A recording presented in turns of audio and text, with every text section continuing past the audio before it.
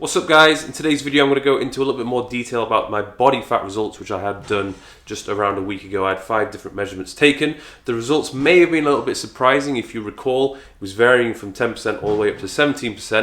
But I'm going to go into a little bit more detail about the results I got from the DEXA scan. The DEXA scan is usually renowned for being the most accurate, and it provided me with the most feedback in terms of muscle mass and body fat distribution. So interesting, you're leaner in your upper body. Yeah. You can see an average of in the 13s there. You carry more body fat in your legs. You have a typical female fat distribution pattern where you're actually pretty lean for your upper body, very lean in your arms, and more body fat in your legs. So that was interesting. Apparently I have the characteristics of storing body fat like a female. So I suppose it's not really much of a surprise. I kind of knew that for a while now, because every time I tried to get like as lean as possible, my lower body has always been the area which holds a lot of stubborn body fat. Okay, getting my quads, my glutes and my hamstrings properly cut and defined has always been an issue for me. Now the scan also told me my lean mass index, which is the ratio of my total lean mass to my height squared. Your important muscle index, 24.7. On that index, if you're above 25, that's what you call the natural threshold. So you're right at the top end of that. So you've obviously got a lot of muscle mass on you. What do you mean natural threshold? Is it anything more? Anything over 25 would be what they would consider that, say you were an unnatural athlete. But you're right at the top end of that. Okay. So apparently, according to the scan, I'm at the upper limit of what can be attained naturally. Now I'm not going to say too much more on that topic because we're going to go way off at a tangent, but I'll let you guys discuss that in the comment section. You've got a bit more muscle in your right arm than your left, and you've got a bit more muscle in your left leg than your right. Really? Not massively, a couple hundred grams. So this was interesting to see how there was a difference in muscle distribution throughout my body. If we look at the left arm compared to the right arm has an extra 268.9 grams of lean muscle mass.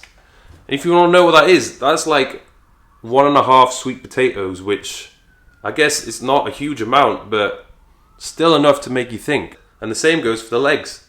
Apparently I have 221.3 extra grams of lean muscle tissue in the left compared to the right. The only downside is it doesn't tell you which specific muscle has more mass compared to the other side. So say for example, apparently I have more lean mass in my right arm, but do I have more mass in my bicep? Is there more mass in my tricep? Is it my forearm? What is the cause of this?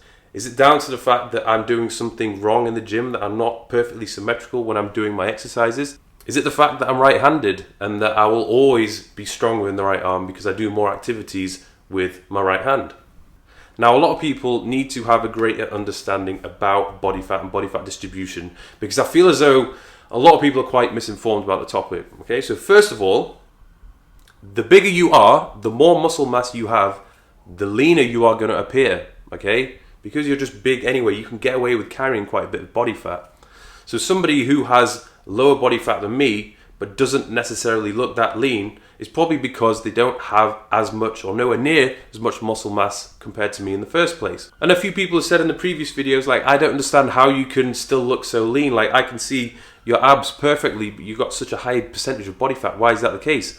Well, that's because I train my abs, at least once a week, and I have a pretty substantial amount of muscle mass in the abdominal area. So if I have a thick set of abdominal muscles, even if I do have quite a bit of body fat in that area, they're still going to pop through and give the appearance of that six-pack, okay?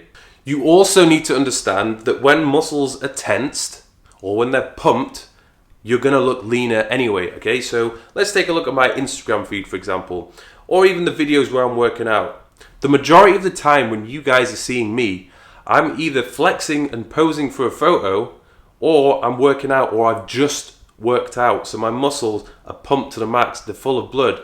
So again, it's going to give me that appearance of looking leaner than I actually am. You guys also need to understand that body fat distribution is going to have a huge effect on how lean you actually look. So if we take me, for example, as we saw on the scan, I store a lot of my body fat in my thighs. And although it said there wasn't as much in my trunk, I know for a fact that I store a lot of body fat in my back, especially my lower back.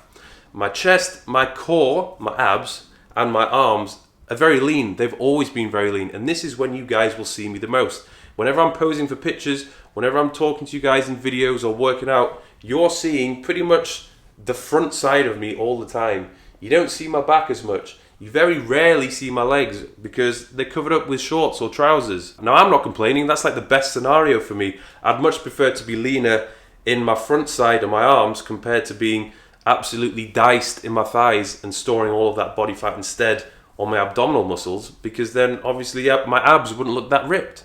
And what you guys also need to understand is there's a lot of misconception out there of what certain percentage body fat looks like on individuals, okay?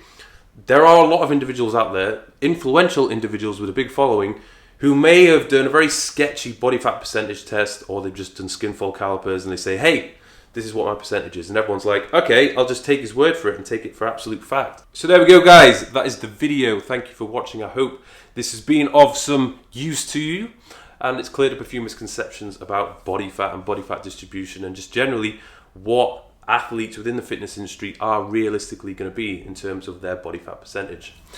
Don't forget to hit the subscribe button to see all my latest videos. Thank you for watching, and I will see you soon.